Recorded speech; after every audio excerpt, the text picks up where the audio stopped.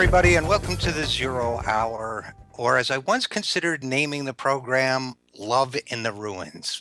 No, look, Love in the Ruins was the name of a novel that was mildly popular in Great Britain when I was about 12 or 13 back in the 60s. And, I was big on science fiction then. And the premise of that novel was that there had been a thermonuclear war, of course, like the premise of every novel back then, and that only teenagers were left alive.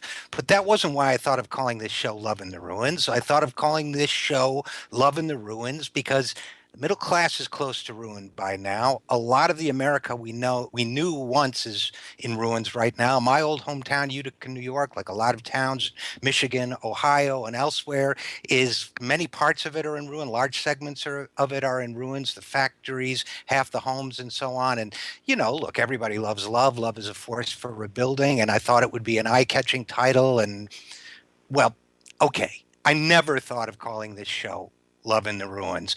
But actually, I might be confusing that novel with another one that was around the same time, which the Rolling Stones at one point optioned to make a movie of it. Of course, they never did make the movie, unlike the Beatles or the Dave Clark Five or Elvis or all the other rock and roll stars of the time. But they were going to make a movie of this other novel that I think was called Only Lovers Left Alive. That was it. And the idea was that everybody over the age of 17 rather, had died.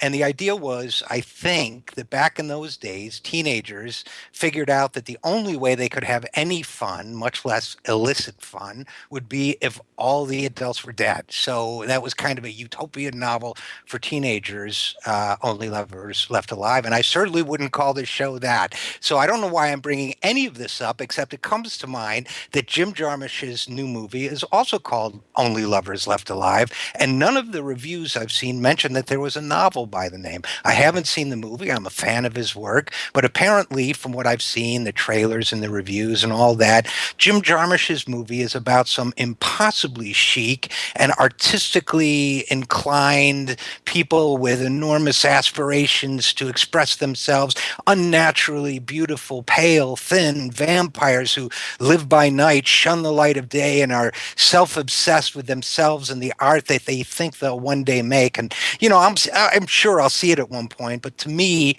having lived through the 70s in the Lower East Side, I feel like I've been there, done that. All that whole culture of the time.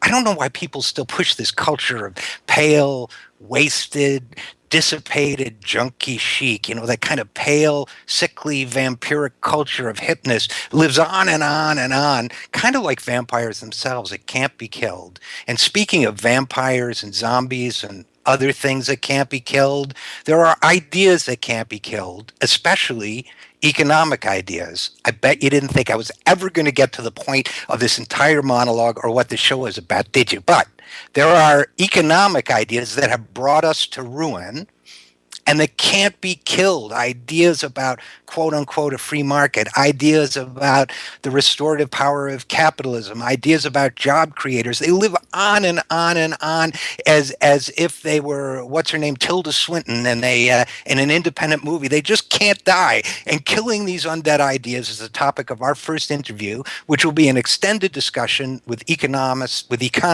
Dean Baker about the work of Thomas Piketty and his new book, Capital, in particular. That book is changing the conversation about economics, along with the work of great economists like Dean Baker, who have been fighting the good fight all along against these zombie vampire ideas about economics that are even harder to kill than the decadent killer movie vampire character meme.